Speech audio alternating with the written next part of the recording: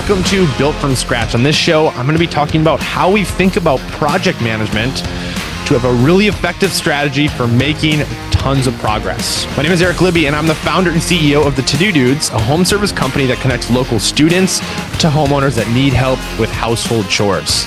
I make these videos as an encouragement to those next generation of entrepreneurs and those that are simply starting a business right now. So all that said, let's dive in. This topic is fresh on my mind because we are going through a current period at the To-Do Dudes where a lot of scale that we're experiencing. So we just launched into a new city. We have another city that's on the horizon a couple months out. Thinking about all of the tasks and the complexity and the tasks that need to be completed as we're doing this, the structure of how we've had to go about actually setting up projects and communication with the team has completely shifted. And a lot of our systems have been broken in these past few months. That's why it's very top of mind. And before I get started into the 3 points I'm going to cover for today, there was a podcast I recently listened to by Layla Hermosi. She's the CEO of acquisition.com. And she talked about how as a founder, every couple of years, you have to completely shift what you were doing. On a personal note, what worked 2 years ago will not work at the level that you are at and the level that you are actually trying to go.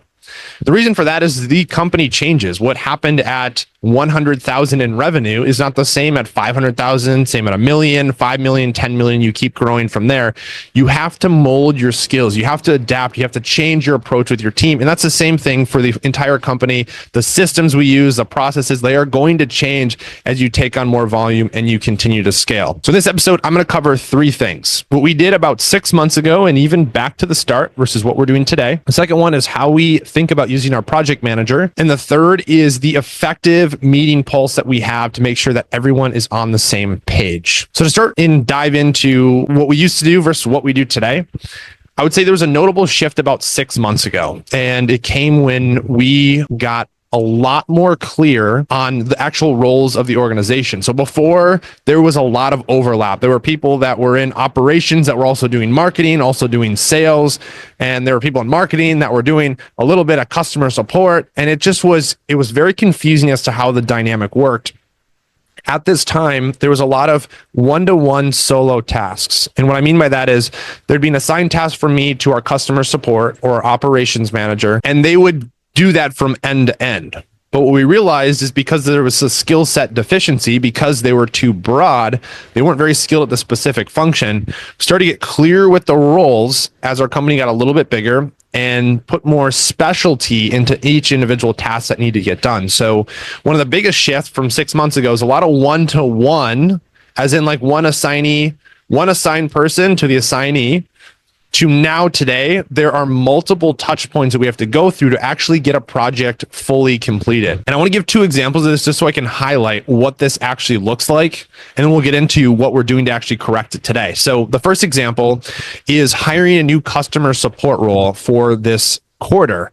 So we're starting to get busier on phones. Our current customer support can't handle the level of volume that we're taking in. So this is a 4-step process we're going through, and it touches multiple departments before we can actually say the task is completed. So the first step is on my end, laying out the job criteria, what tools this person needs to use, what the systems they're going to have to use are, putting a little training together, getting ready before we actually post this job. And now from there, it goes to our VA who's in the marketing department, and she's going to come over and help us out on customer support. And that second part of the project is then screening these people that are going to be applying. They're going to be submitting a video. She'll review the videos. Once those are good, then there needs to be an email sent with a link to book into our calendar with our customer support. And then he's going to have an interview with them. If he approves and it comes back to me, and then I'll do an interview with them. And then finally, as a final stage, we'll go in our customer support and myself will make a final decision. Now, that's not how we operated before, but to keep multiple stakeholders involved in the communication. And then also because the lengthier process, we want to choose the right person. There's multiple people that need to be involved. And so something like this is a completely different approach. We've gotten a lot clearer that when tasks like this come up, there has to be a clear system that we follow. Otherwise, it's going to fall by the wayside. So getting a lot more organized when bigger tasks and bigger assignments, bigger projects come up. And for the second example, I'm going to use the hire we made for that VA at the beginning of Q1. And what that did is it put 2 layers of management in place. And that is something that I've had to learn is like, how do you manage down through the organization? How do you manage when there's multiple people, multiple layers within the organization? And so what we've had to do is the director of marketing has gotten a VA to be able to help with some of the additional stuff to free up her time to be able to focus more on the strategy of the department. And now when there's direction, I have to be able to outline that clearly as a high level, like, hey, this is where we're trying to go. And then that person needs to put the steps of action, the plan to actually get to that higher output, the high level. And so that's something I'm currently working on, is trying to understand like how detailed, how in the weeds do I get? How much do I need to stay on the outside and just kind of like let things happen? And so that's why this is very top of mind, is like something I'm still learning, is how to manage that effectively. And really at the end of the day, we truly only have so much time. So I bring these examples up because there's multiple stakeholders involved. And as the company grows, what worked at one point with the one-to-one communication, just not going to work, because you need to keep multiple stakeholders involved, multiple people that have to be involved in the process for a successful project completed.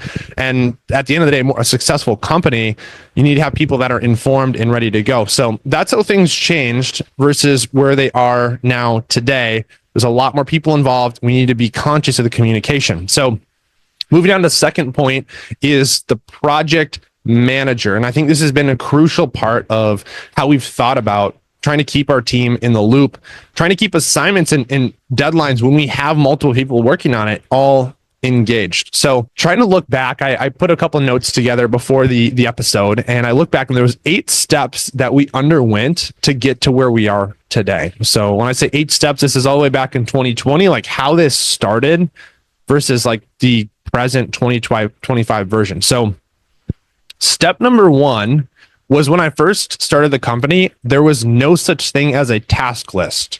It was just like, what did Eric feel like working on today? And that's what we're going to work on. No organization, no direction, just like, oh, this sounds like a good idea. I'm going to go in and try and get this done. I realized, okay, that's not going to work for very long. And so I was like, okay, there's more projects that are coming up. Let's start like a paper to-do list. So I started writing out different things in a paper to-do list that helped me keep track. And then I could look at it and then somewhat prioritize. I'd be like, okay, this could be due on this day. I could get this done today. Still very entry level. It helped me keep a little bit more organized.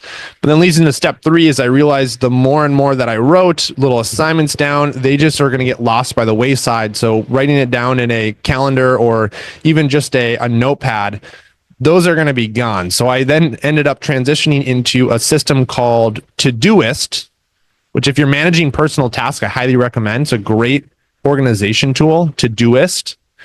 And then I just started writing out different due dates, priority levels, what's on the docket, what do I need to make sure is getting completed. And then this is where things got a little bit more difficult, is I started bringing on admin staff, and they also had different tasks that they needed to get. And number 4 is now it gets a little bit more difficult. I bring on admin members, but I'm forgetting what I assign them. So I had my personal to-do list, but now I have other team members that are involved, and we have assignments that are occurring, but I don't know what they're actually working on. Because I say, hey, this needs to get done by this date, but I'm not tracking it. I end up resorting to trying to track it on my end for them, but then it just created more of a hassle.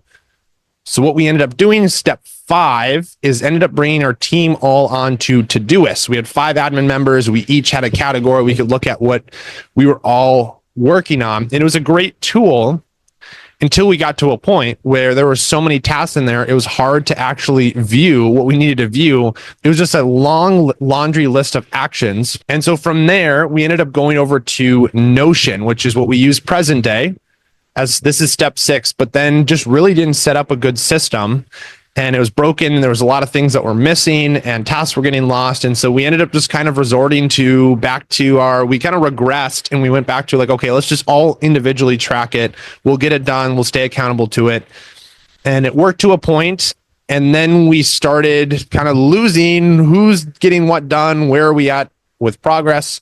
And so step 7 was each week, I have a one-to-one with my team members, so our admin members, and we meet and talk about current issues, topics, and usually from that there's action items from the meeting that we'll take away.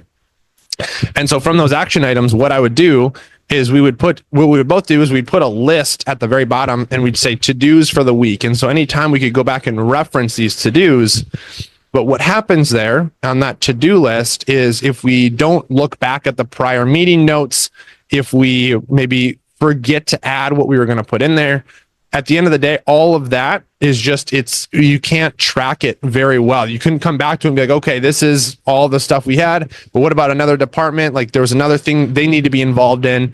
And so step 7, it worked because we were all in one place. We could go back to each other's meeting notes, but really where we're at today is step 8 is having an actual project manager in Notion with clear due dates and deadlines, everybody operating the same way. And then you actually writing notes on the project manager, like details as to what is occurring in the project manager. So we know if we go and look at another team member, hey, this needed to be ordered, this needed to be completed, where are we at with that? They can write little notes within that specific task. So it's a little bit more detailed. And I'm sure these are just 8 steps. There's going to be more iterations as we get bigger, but that's at least where we're at now. And it is working pretty well for this point. There's still some adjustments we need to make, but definitely making progress. And I think as like a final reflection on the project manager for right now is, and this is what I'm taking away and what I think will help us get to that next step of step 9 or iteration 9 is I had a meeting, a one-to-one with our director of marketing this past week. And we're trying to figure out what level of communication is needed for certain tasks. Like, is the expectation that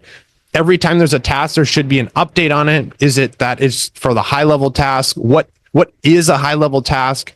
And that's where as a business owner or as a leader, if you're a manager, being very specific with your words is so important. Like being very clear in your thought to be able to transfer that knowledge to another one of your reports is so huge. And so that's what we're working through right now. And what, just as an example, what we came to, and this will iterate, this is something we're going to work on this quarter, but is when there is a project assigned, we are going to focus on the high level. And there's an example that's occurring right now that is, there is a tent that we're ordering and a booth setup that we're ordering for future events. Like when we go and table at events, we want it to look professional. What we've had hasn't been great. It's done its purpose. We've gotten interest from customers, but we want to have a nice setup that looks really good. People can come in, very inviting. And so the thought is, well, that's the high level goal. But then under that, there's reaching out to this contact, making sure we budget, making sure that we follow up once it is ordered, approving the proofs for it, all these things. And so what we came to is like, okay, what I need to know on my end is the high level of like when the timeline it is. We're going to put it on the project manager. It's going to come in at this date. If there's any delay in it, just writing in the notes like, hey, this is delayed. I've talked to them. This is the reason it's delayed. So we're all in the loop, but then it's not so tedious where the little tiny task underneath it that we just need to remember needs to actually be conveyed to the rest of the company, I would say. So interesting for sure. And I think the distinguishing factor is like, as a manager, it's like knowing the high level, but then letting your team members take action and make the plan as to how we're going to get to the high level. And of course, you can give feedback on that too, but that's kind of the big takeaway that I'm having right now. And as a final point to this is the role of meetings. And this is crucial for keeping on the same page, accountability, multiple reasons.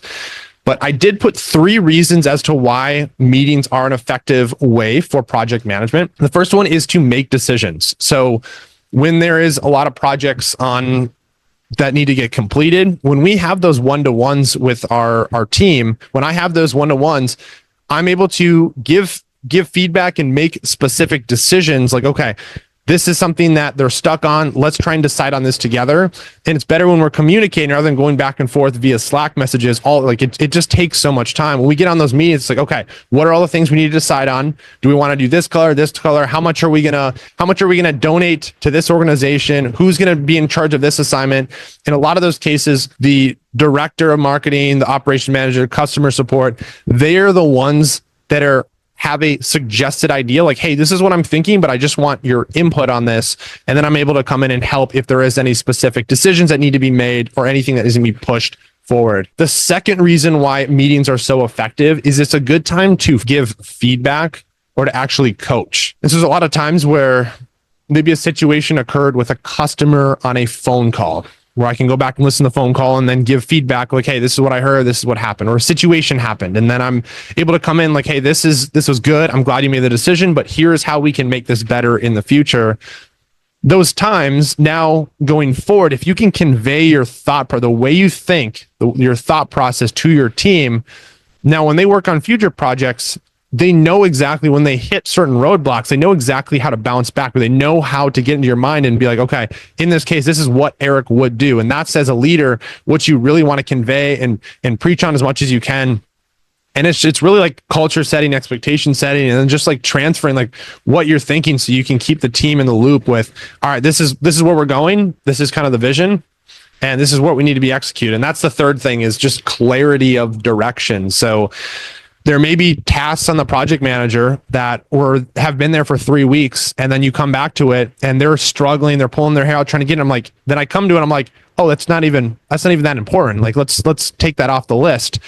And without the ability to jump in and give that direction, sometimes your team could be pulling their hair out and just confused and not have the direction that they need to keep moving forward. So being able to set that, and here's where we're still going. Again, setting the high level as the manager, as the leader, so then your team can implement the steps and they can help get there. They can go more in the weeds, where as you have less time, you manage more people, you're not able to actually be there for every single thing. So those are the 3 points, and I'm just going to summarize it into 3 key highlights that we are working on today. The first one is accountability. So we have a level 10 meeting, which is a reference to Gino Wickman's traction book. And what we do is we hop on as a team. We're going over goals. We're going over our scorecard. We're talking about to-dos we have, keeping each other accountable. And those one-to-ones too is, hey, there's assignments. We need to make sure we're on pace. Like, let's all make sure that we are staying consistent to our word, what we've promised, the deadline that we've agreed to. So accountability through meetings, I think, is huge. Number 2 is going to be the tools that we use. When we use Notion, we keep it all tracked in a project manager. It allows us to keep way better communication with the rest of our team. And number 3 is management by objectives, or in another way to say it, going high level. Being on the high level so then your team can be more into the weeds and be focused on their role at hand. So that's all I have for today. If you enjoyed the episode, if you could rate it, that would be huge. And I'm actually going to finish with a quote today by a Danish philosopher. I love this quote, so I wanted to share. To dare is to lose one's footing. Not to dare is to lose oneself, by Soren Kierkegaard. All right, let's crush it today. Keep making it happen.